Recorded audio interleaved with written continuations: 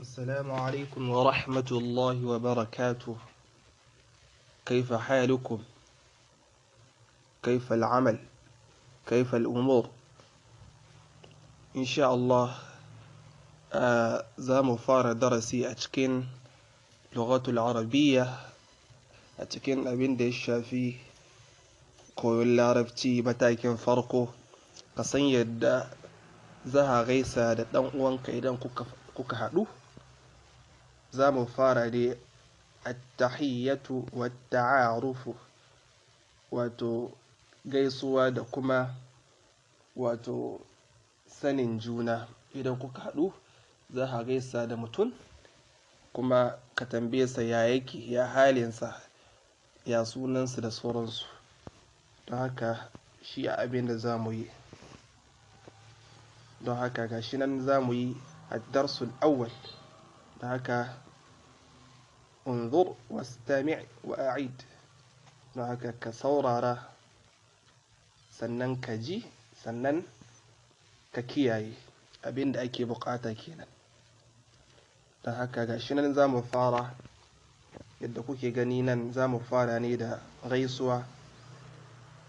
Ya ake gaisawa da mutum, namiji da mace. Ga shi nan in kun kula, ga shi nan da wannan da shi da ɗan uwansa. Don haka abu na farko waɗanda ke musharaka a cikin wannan shine Khalid da shi da Khalil. Don haka za mu fara. Khalid yake cewa assalamu alaikum. Don haka idan ka haɗu da mutum za ka fara masa sallama ne kamar yadda manzo Allah ya ba da umarni, sai ka ce assalamu alaikum. Dan uwanka kenan. Shi kuma gashi nan Khalil sai shi kuma ya ce wa alaikumussalam, wa alaikumussalam, wato amincin Allah ya tabbata a gare ka, kai ma amincin Allah ya tabbata a gare ka. Da haka sai Khalid ya ce ismi Khalid masmuka. Da haka Khalid ya ce sunana Khalid, kai menene sunanka?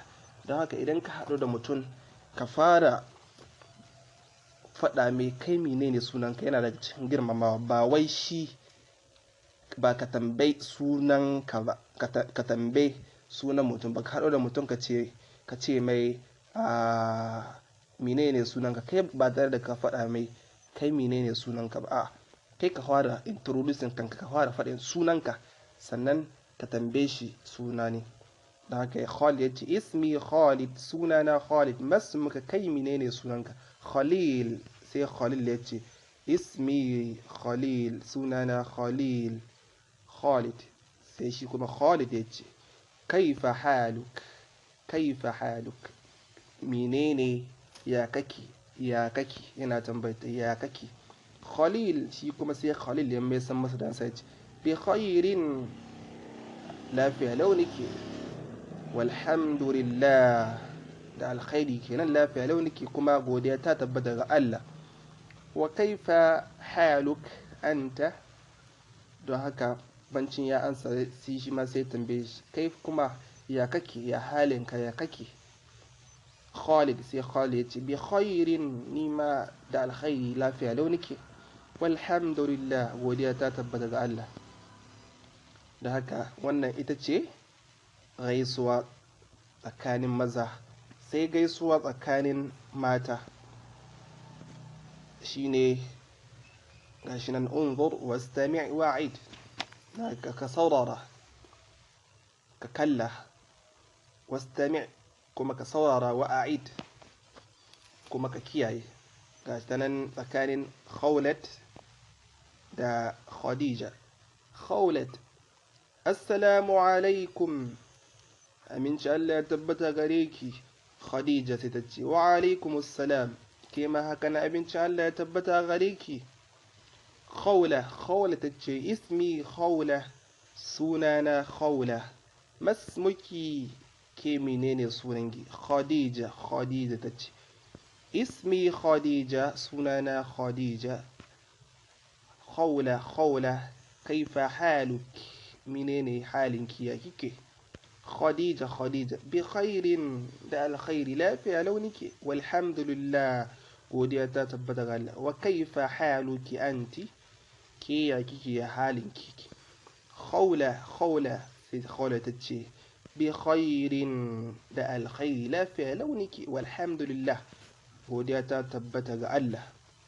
Don haka wannan shine yadda ake gaisuwa da larabci na maza ko da mata.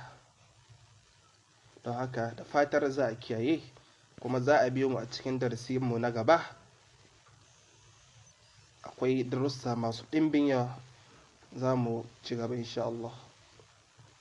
Wassalamu alaikum wa rahmatullahi wa barakatuh. Ai muna like, ai muna subscription, ai muna share. Muna godiya da fatar za a ci gaba da bibiyan mu a cikin wannan channels namu mai albarka. Assalamu alaikum wa rahmatullahi wa barakatuh.